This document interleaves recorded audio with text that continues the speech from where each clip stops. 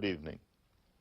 The events covered by tonight's program deeply engage the emotions of Russians to this day. Nothing can disguise the Russian origin of the film you're about to see. Stalingrad, the city on the Volga, Christmas time, 1942, the scene of the titanic battle which finally broke the back of the German war effort. Knowing the outcome as we do, it is easy to forget that the battle might have gone the other way, resulting in the defeat of an entire Soviet army. But how close was the outcome? I think the film shows that it was very close indeed. Both Hitler and Stalin, you see, were in desperate need of a victory. German intelligence, codenamed Stalingrad, the Cauldron. In this program, depicting the fiercest battle ever fought for a single city, we watch as the cauldron boils.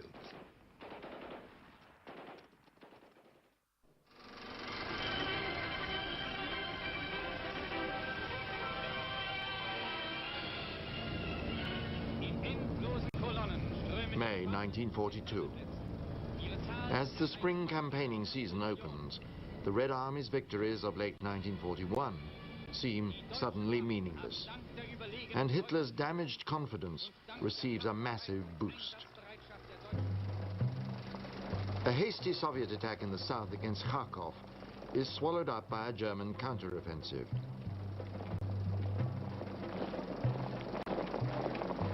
Hundreds of thousands of Soviet troops are captured, destined for Nazi prison camps.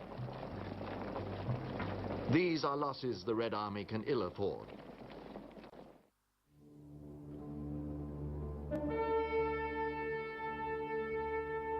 Because Kharkov will become the springboard for Hitler's own summer assault on the Caucasus. The Führer is confident now, certain that the Wehrmacht can seize the vital oil centers of Grozny and Baku. And from late June, his armies sweep south into mountain country.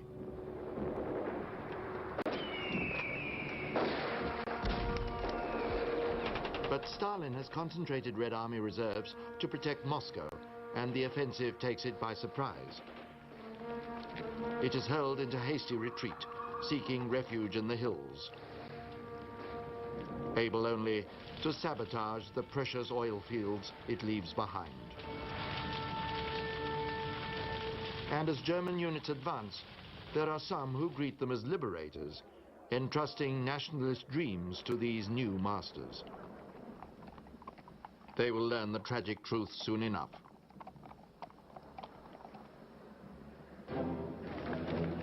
But as it retreats and regroups, the Red Army becomes stronger, more coherent.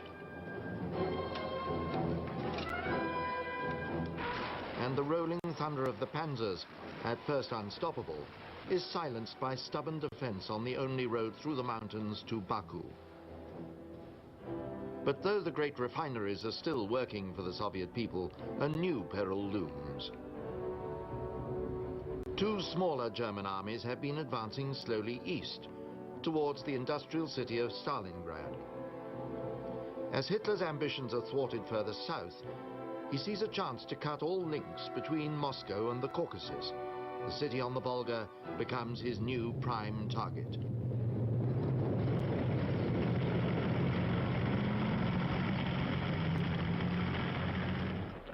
The vaunted German Sixth Army, conqueror of Paris in 1940, spearheads the drive, and again the Red Army tumbles back.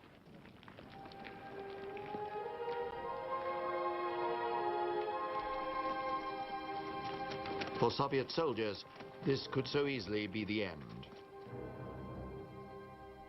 Even Stalin's son has been captured, and his image on propaganda leaflets adds credence to German claims of imminent victory.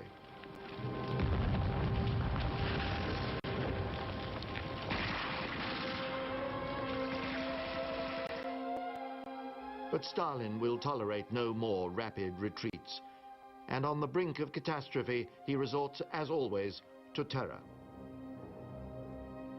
Stalin's secret order number 227, issued under his signature in late July 1942. This notorious document makes any unauthorized retreat punishable by death. Not one step back. Stalin means it literally. And this unique footage shows NKVD troops putting his edict into practice. They're known as blocking units. Deployed just behind the troops, they pass instant sentence on any who disobey Order 227. And the blocking troops themselves? In Stalin's world, almost anybody can become a law enforcer. Young and old conscripts, national minorities, NKVD personnel, and some blocking units can boast an extraordinary collection of talents. Anna Bugrimova on the left fought with them and knew them well.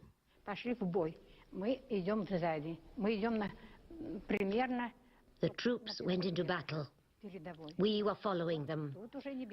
We were about 500 meters behind them. No one could turn and run back. If someone did, he would be shot on the spot by our blocking units or arrested by the special division of NKVD. I had a carbine, and then my friends got a pistol for me, and I threw away the carbine.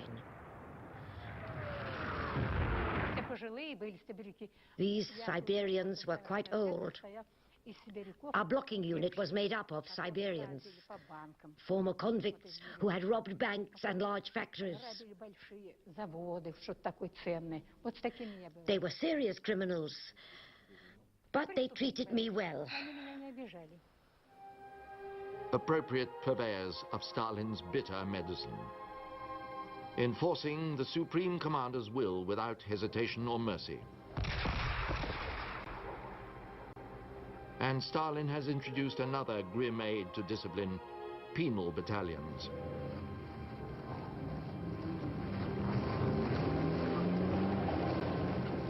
Each of these convicts must serve in the penal unit for 3 months, not a day more. But for many, that will be too long.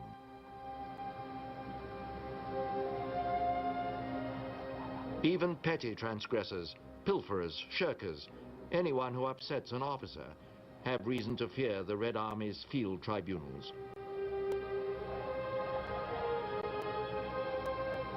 Guilty is always their favored verdict. And the inevitable transfer to penal service is virtually a death sentence. They are the first thrown into every hopeless fight, the first to face every deadly firestorm. Yet they often fight well and with rare commitment.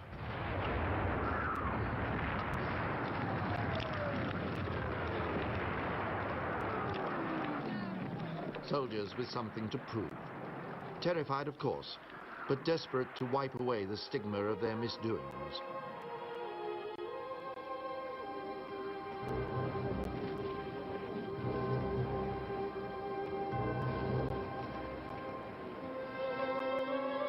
A battle wound is enough to earn release, but each casualty is carefully examined by security officers in case the damage should be self-inflicted or the work of blocking units.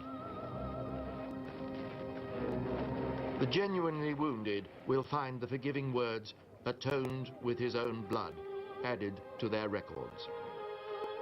And the dead are granted the same consolation, though in life they are expendable. True cannon fodder, their combat achievements with penal units are ignored by official records. That policy still outrages former Red Air Force pilot Artyom Afinogenov. The pilots from the penal squadrons were sent on the most dangerous missions, most important of all, river crossings, which were fundamental in deciding the outcome of Stalingrad, then to attack airfields and large concentrations of tanks. The three types of mission that the penal squadrons were sent on. But they were given no official recognition for these combat missions. Normally, a pilot would carry out a combat mission, and normally for each one he would get a credit. For ground attack squadrons, it was the number of combat missions that you undertook that was important. Fighter pilots would get a credit for every dogfight and enemy aircraft shot down. But ground attack pilots would get a credit for every combat mission, and this would all count towards the pilot's war record. But the penal squadrons were not credited with their combat missions, so you would fly, you would fight, you would hit the Germans, but you would not get credit for it until you were eventually wounded, or until the commander might eventually judge that you had served your term. And for any pilot in action, the first wound is usually the last. They may be forgiven for thinking that capture is the safest way out of this war.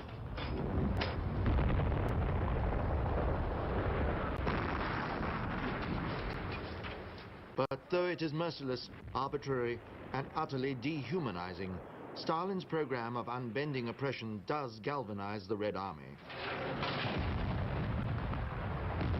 Suren Mirzoyan was a commando with the 62nd Army defending Stalingrad.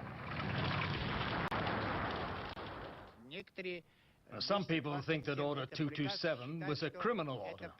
No, it was vital to the country's defense. It was an important galvanizing factor.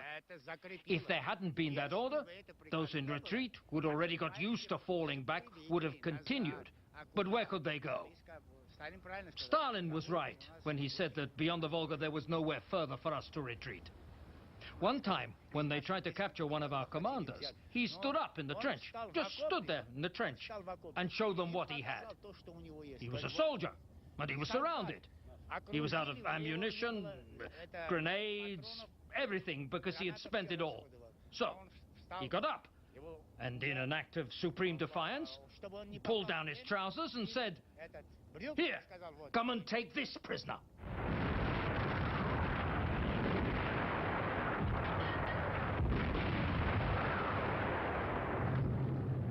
But defiance alone will not keep the enemy out of Stalingrad. By late August, they're at the Volga to the north, and the city is all but surrounded. Hitler is proclaiming a great triumph of arms. German victory medals have been struck. And at first, Stalingrad seems there for the taking.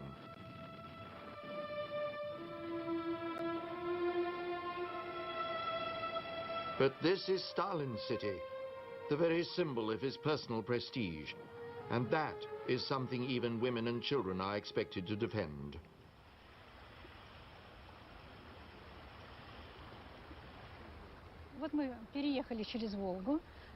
So we went across the Volga to Krasnaya Sloboda, right opposite the place we're standing now.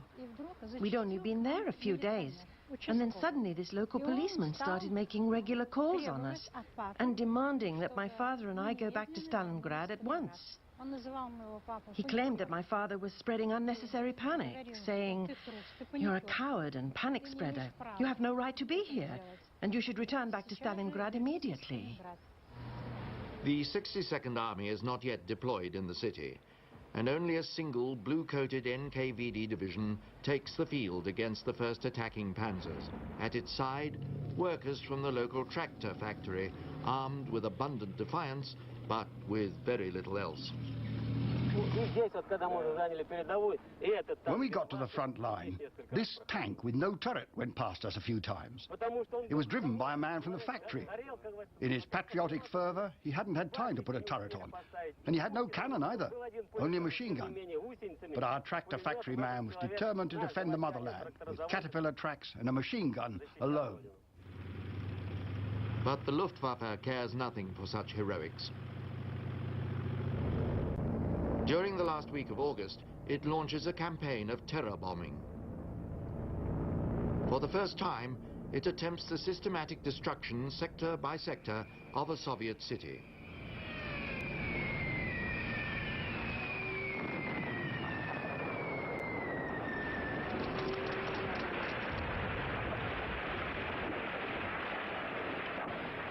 Wave after wave of aircraft swoop over Stalingrad.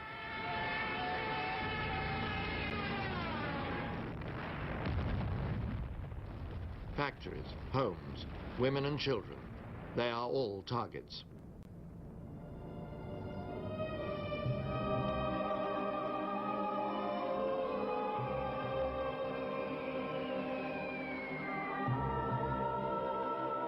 For 5 days and nights, the onslaught rages, turning the city into a gigantic bonfire.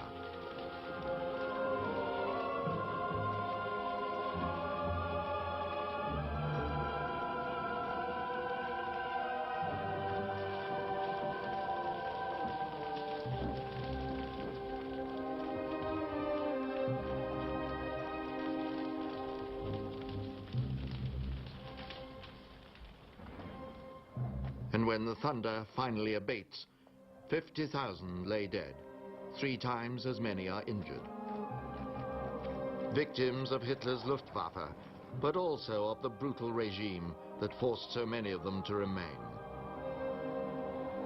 Their home has become a chaos of charred and mangled ruins. Yet for Stalingrad citizens, the real nightmare is only just beginning.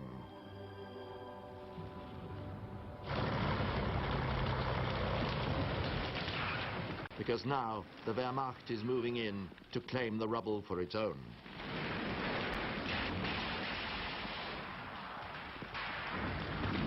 As they inch through the suburbs, German troops surely expect a rapid conquest.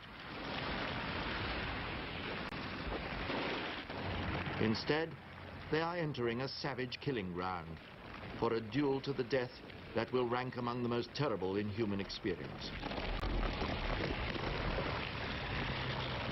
For at their approach, the ruins spring to furious life.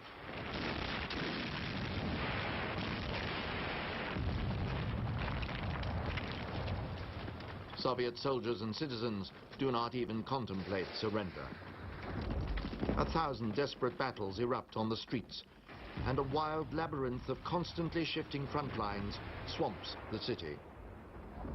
Soon even the identification flags will not be enough. German bombers cannot hope to distinguish friend from foe as the inferno takes complete hold of Stalingrad.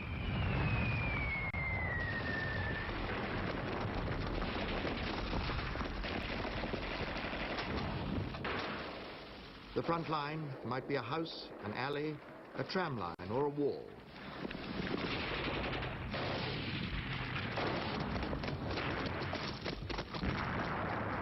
And every street is a minefield, virtually impassable for tanks or big guns. So that soldiers, denied air and artillery support, must fight eyeball to eyeball, lives hanging on their wits, their battle skills, and their cunning.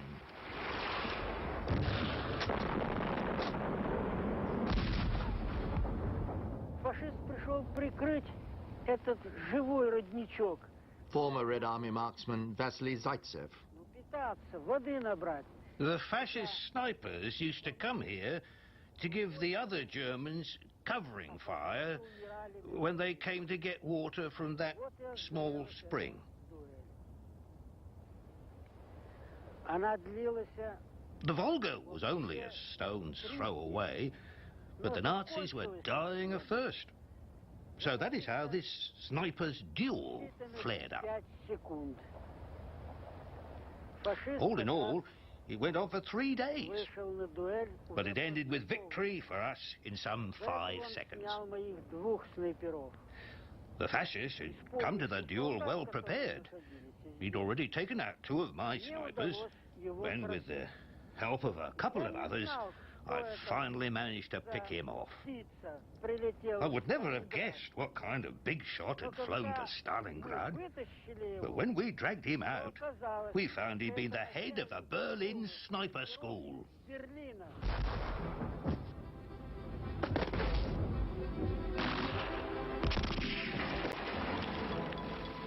But there is heroism beyond the black arts of trench warfare. This house is defended by a single platoon of Stalin's gladiators, Sergeant Pavlov's platoon. Completely surrounded by Germans, Pavlov's men hold this vital strongpoint until relief comes, 59 days later.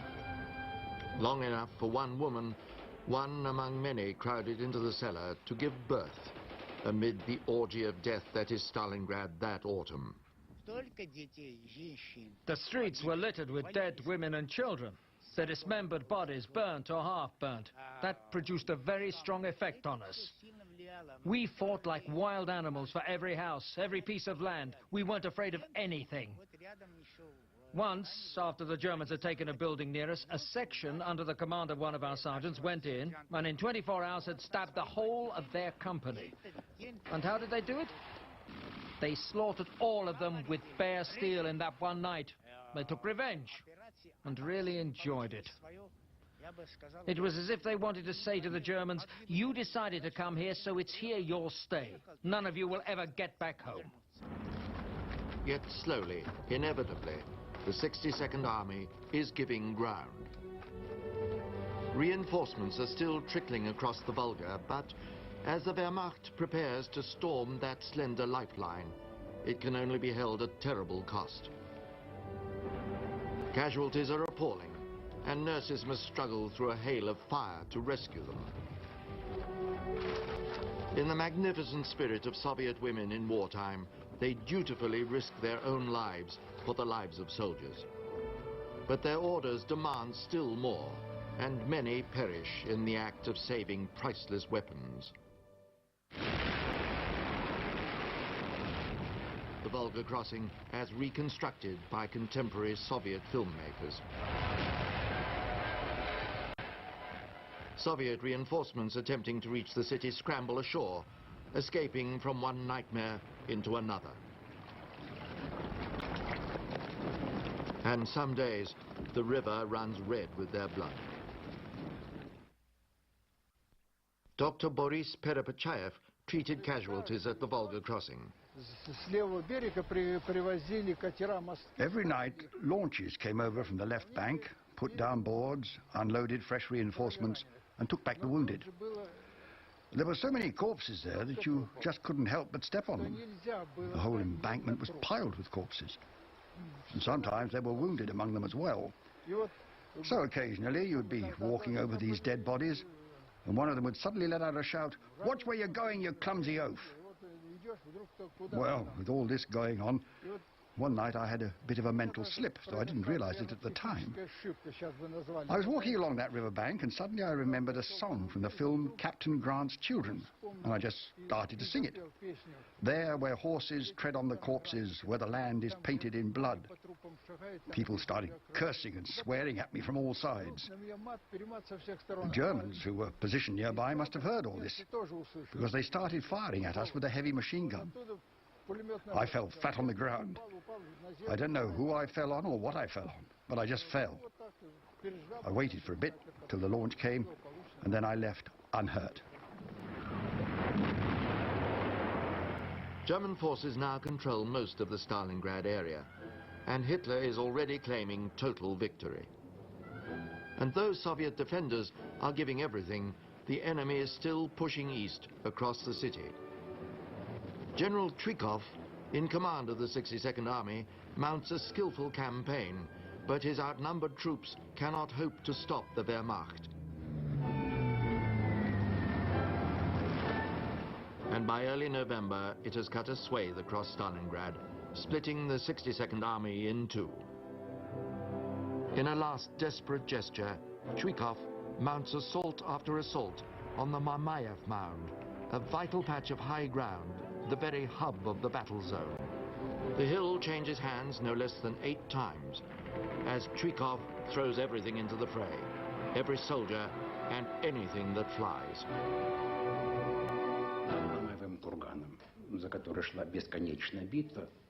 An endless battle was going on and over Mamayev Mount.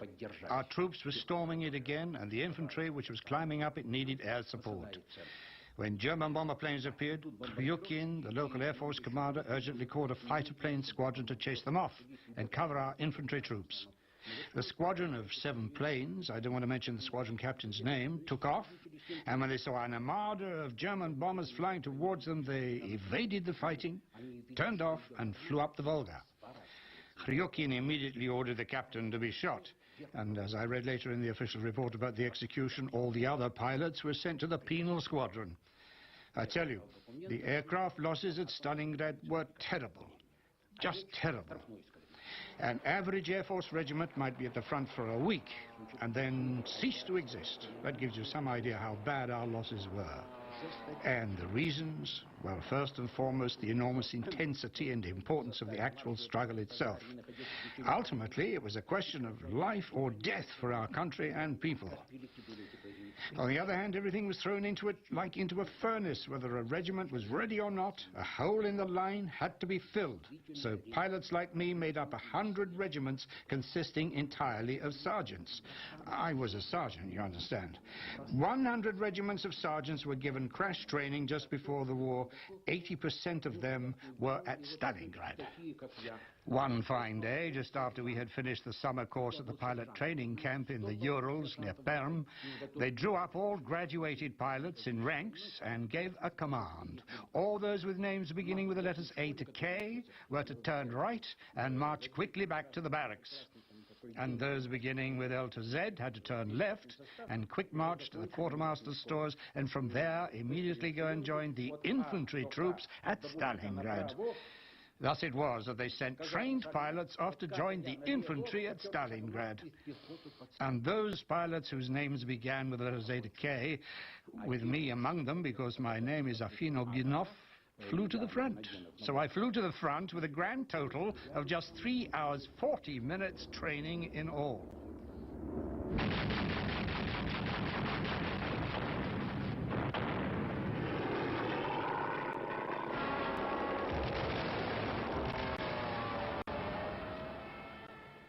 Lydia Litviak is a pilot with one of 3 female fighter groups in Stalingrad, and a good one. 10 Luftwaffe aircraft have fallen to her machine guns. One more, and she will qualify for the ultimate accolade, Hero of the Soviet Union. But then her lover, flying with a neighboring squadron, is killed. And as her brother recalls, the loss destroys her. She used to write us letters every day on funny triangle-shaped letter paper addressed to Mother and Yura. In the last letter she wrote, "Mother, I dreamt that I was standing on the bank of a big stormy river, and my beloved Alyosha was calling me from the other side. And Mother said, 'That's it. She is going to die.'"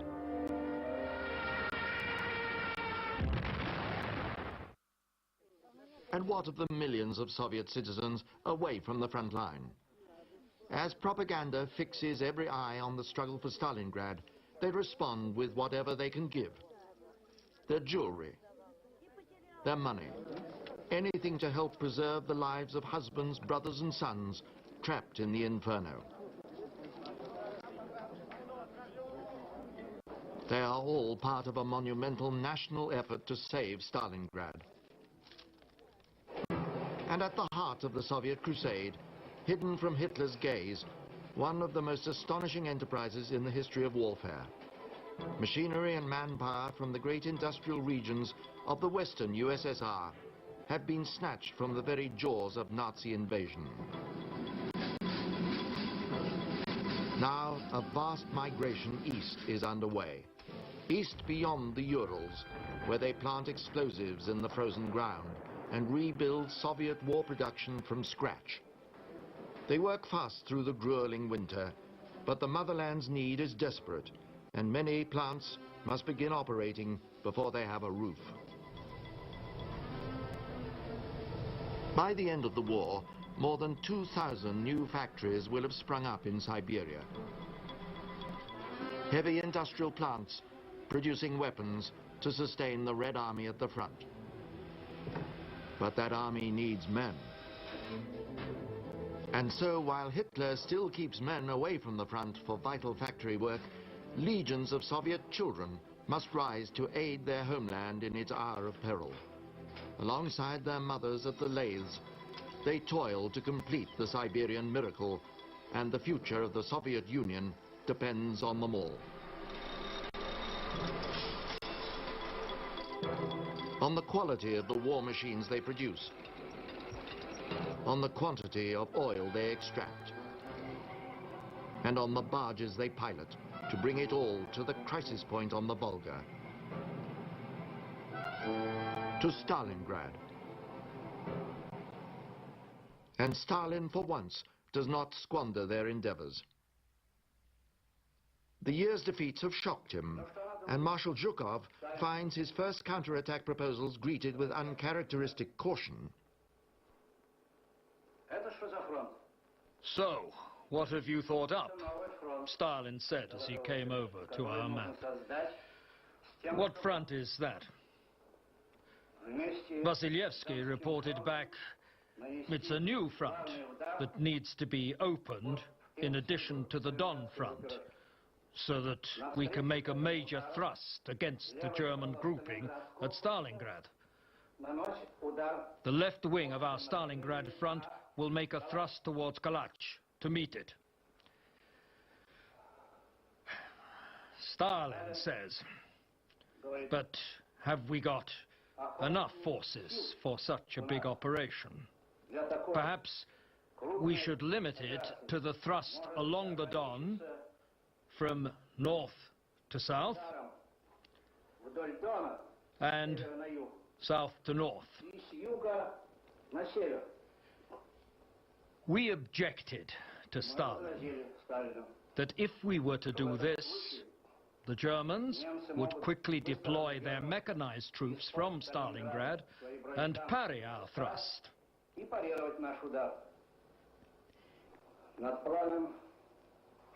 He said, we need to think about our plan and calculate our forces and resources.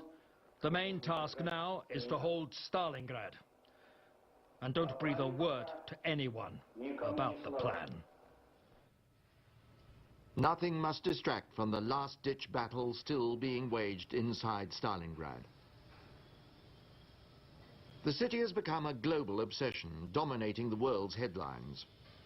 And now, more than ever, Stalin's prestige demands that it shall not fall.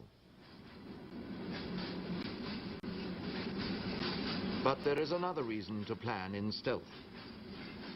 The Sixth Army must be kept fully occupied in Stalingrad while the Red Army gathers in the rear, planning its revenge. While the Soviet Union's distant allies beat paths of their own to the beleaguered city, British aid carried through the icy gauntlet of the Murmansk Run or across the Iranian border.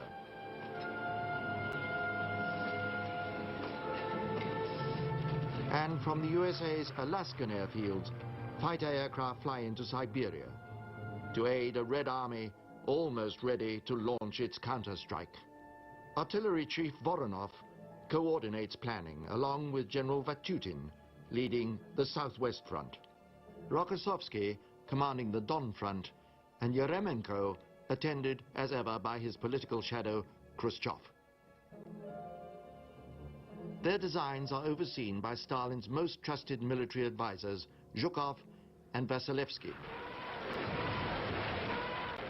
And on the 19th of November, a huge artillery barrage by the Southwest Front pierces the frost, decimating ill-prepared Romanian forces in its path.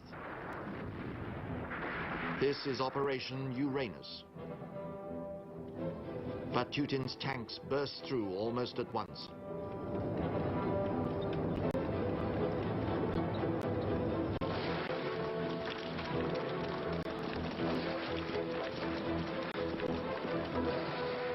And Yeremenko's southern wing surges forward on the next day. The Wehrmacht, taken utterly by surprise, cannot stop them. And as its allies collapse on the flanks, there are no reserves to stem the resurgent red tide. Within 3 days, the Southwest Front has taken Kalach, some 80 kilometers west of Stalingrad. and on the 23rd of November, a few miles southwest of Kalach, its advanced units meet up with Yeremenko's forces.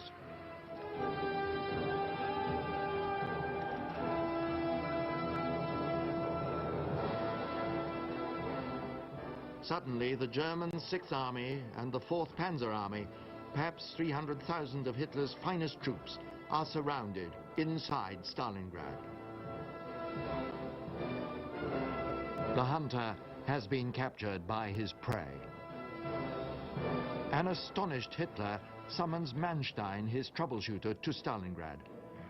His shock troops will breach the Soviet ring surrounding the city and secure the prize Hitler has already promised to the German people.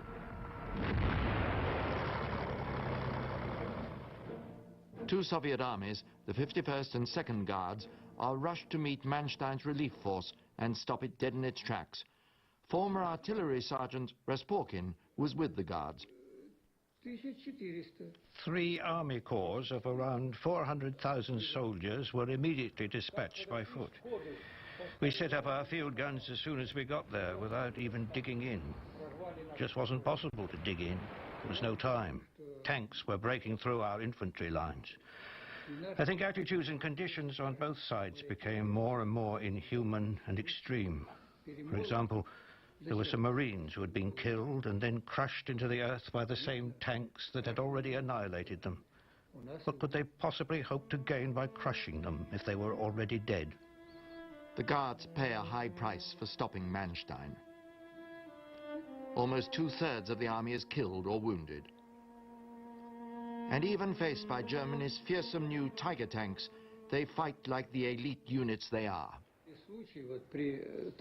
There were times in the tank attacks and artillery barrages when I couldn't keep my teeth together for days on end. They were chattering so much from fear. Yes, from fear. My teeth were chattering, and there was no way I could stop them. On one occasion for 2 days, no less. And when I knocked out a tiger in Gromoslavka near Stalingrad, I was so deafened that I lost my power of speech. We did not need blocking units there, because the Guards, they never stepped back. And as far as I remember, our 2nd Guards army didn't step back once. There will be no relief now for German troops in Stalingrad. Hitler calls them his champions, but his orders, no escape and no surrender, condemn them to death. And now Goering offers comfort to the Reich's besieged heroes. His Luftwaffe will fly 500 tons of supplies per day into the Stalingrad pocket. The Luftwaffe tries, but the Red Army brings up extra AA batteries, and the lumbering German transports are blown out of the sky in their hundreds.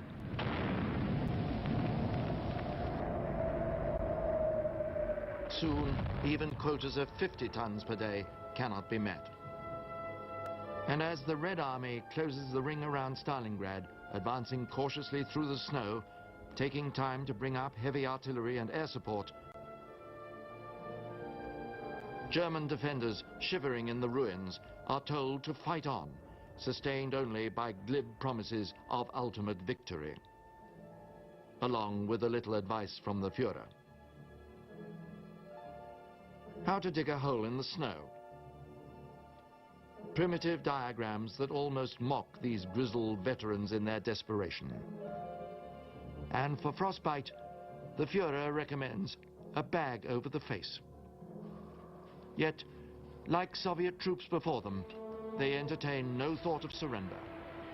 And as they in turn cling to every blood-stained remnant of the city, icebound apocalypse returns to Stalingrad. German regimental commander Steidl. The infantry has been living among corpses for the last few weeks. Corpses on the right, corpses on the left, corpses next to you, corpses under you, and your rifle.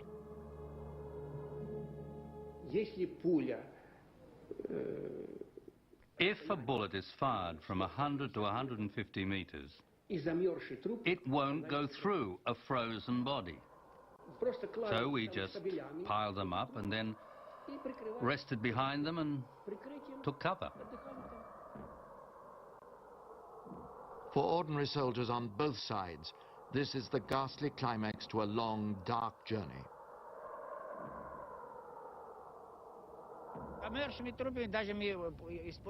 We even used frozen bodies like stones or logs, throwing them under the wheels of a vehicle if it got bogged down. The vehicles would then get the necessary traction and move on without a hitch. Why did we do it? Because on one occasion, we took back a village. It was beyond the Don. The locals there told us how many people had been burned alive by the Germans. They had put all the young people together in a barn, covered it with dry hay, and burnt 30 or 40 of them. So we thought, if you burn people alive, we will kill you, we will destroy you. There could be no doubt that these sort of atrocities took place. You know, they did it absolutely without any fear of God. Yes, it's true, when a vehicle was stuck, we put one of their corpses under it. I did it. We all did it. And do you know why? Because when I was in that barn and saw the half-burnt bodies, I was so furious. I said, see what they've done with our own people, our own Don Cossacks. And I swore I would pay them back, although it may have been in a different kind. But that incident with the vehicle really happened, and I'll never forget it. Yes, there is hatred of the invader in Stalingrad. And it burns ever deeper as Soviet troops uncover evidence of Nazi methods. This camp held 2,000 of their captured comrades, and by the time it is liberated, only 20 are still alive. And survivors tell of brutal maltreatment, of grotesque medical experiments.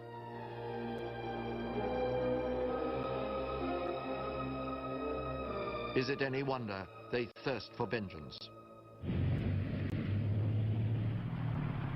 In the heart of the cauldron, Hitler's gladiators know now that they are doomed. And so, betrayed, they evacuate a few casualties on the last plane out of Stalingrad. And with it go their last words to families, lovers, friends.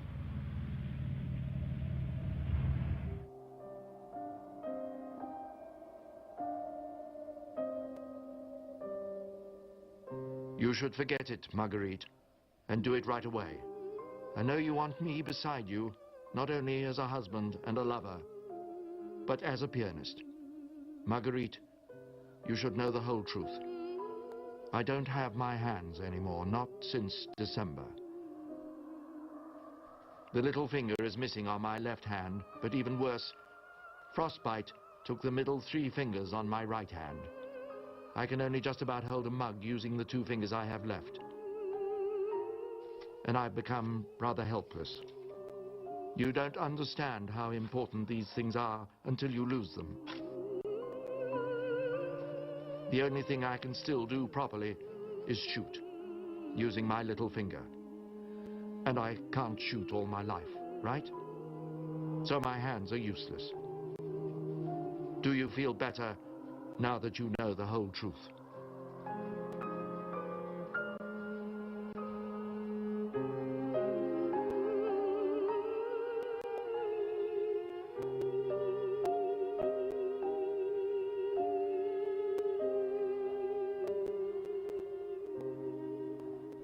Ordinary victims, resigned to their fates.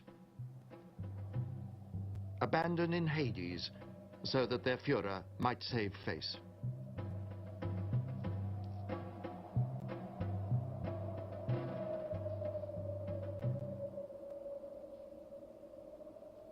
And when a Soviet proposal of terms passed across the Romanian sector offers them a chance for honorable surrender, Hitler snatches away the hope.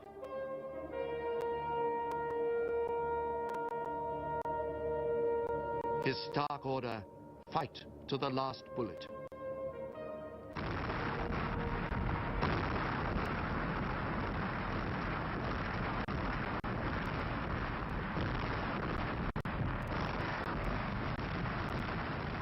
But though they fight on, the bullets are running out, and the Red Army is still coming at them.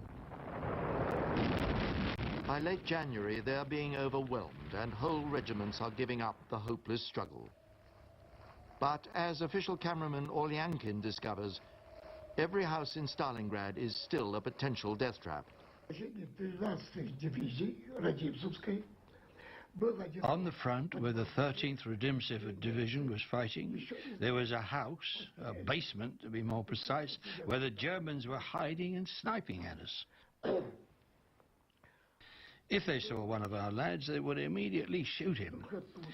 Well, what happened was this. Suddenly, one of these Fritzes came running out with a white shirt and runs towards us along the basement windows. So the Fritzes were surrendering, like Andy Hawk. And so our boys moved slowly into the open from out of their trenches and shelters because of the white flag.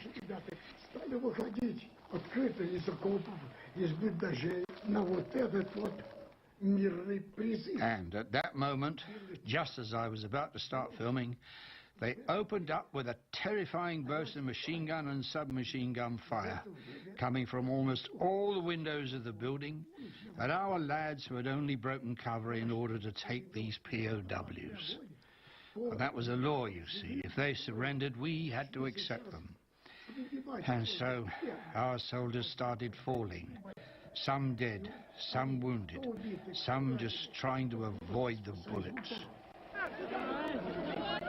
Finally, on February the 2nd, the last German troops fighting in Stalingrad surrender.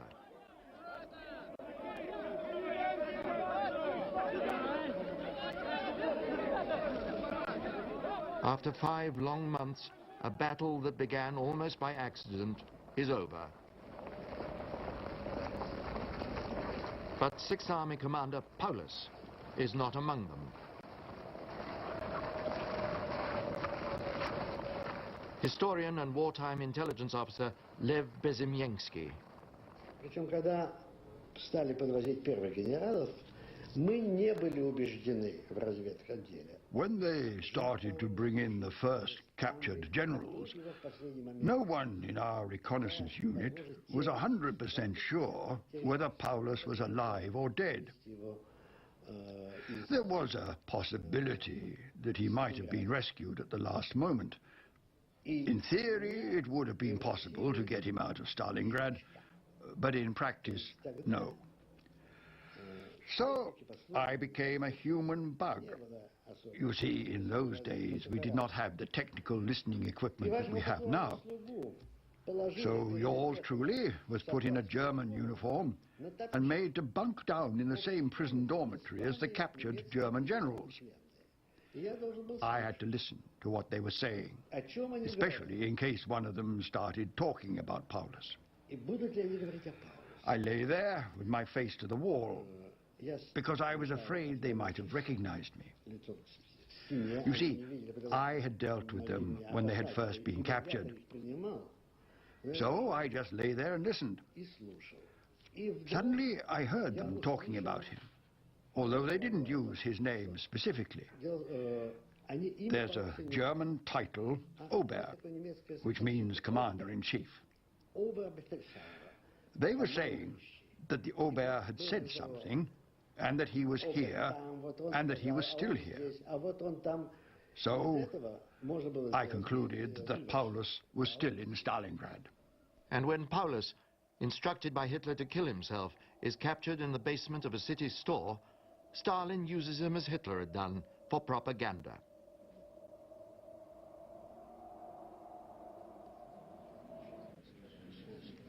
But though he is paraded before the world's press, Paulus tells no bitter tales of treachery, just name, rank, and serial number. Along with their commander, some 91,000 German survivors have surrendered. They have all been Hitler's victims, and now they are destined to suffer at Stalin's hands.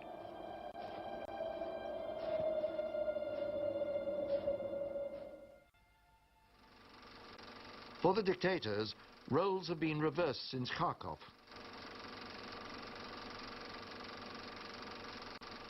Now, As Hitler counts the massive cost of his obsession with Stalin's city, the Soviet leader gloats over pictures of captured generals. But if Stalin, like his enemy, believes that film is the key to posterity's blessing, he is wrong. The Wehrmacht will never again trespass so far to the east, and the victory marks a turning point in the fortunes of the Soviet Union. But the great monument by the Volga belongs not to men of destiny nor to tyrants, but to ordinary men and women. She is the motherland, but she is a mother too. Her cry is victory, but also passionate grief for her children, for the gladiators hurled by uncaring despots into the abyss of Stalingrad.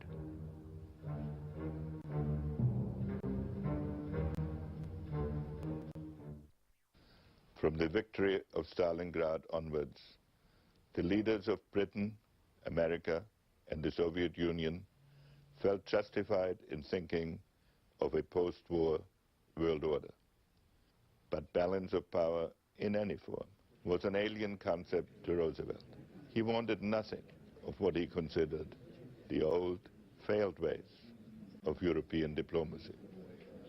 He therefore refused Churchill's pleas to try to settle the shape of the future before Soviet troops arrived in Eastern Europe.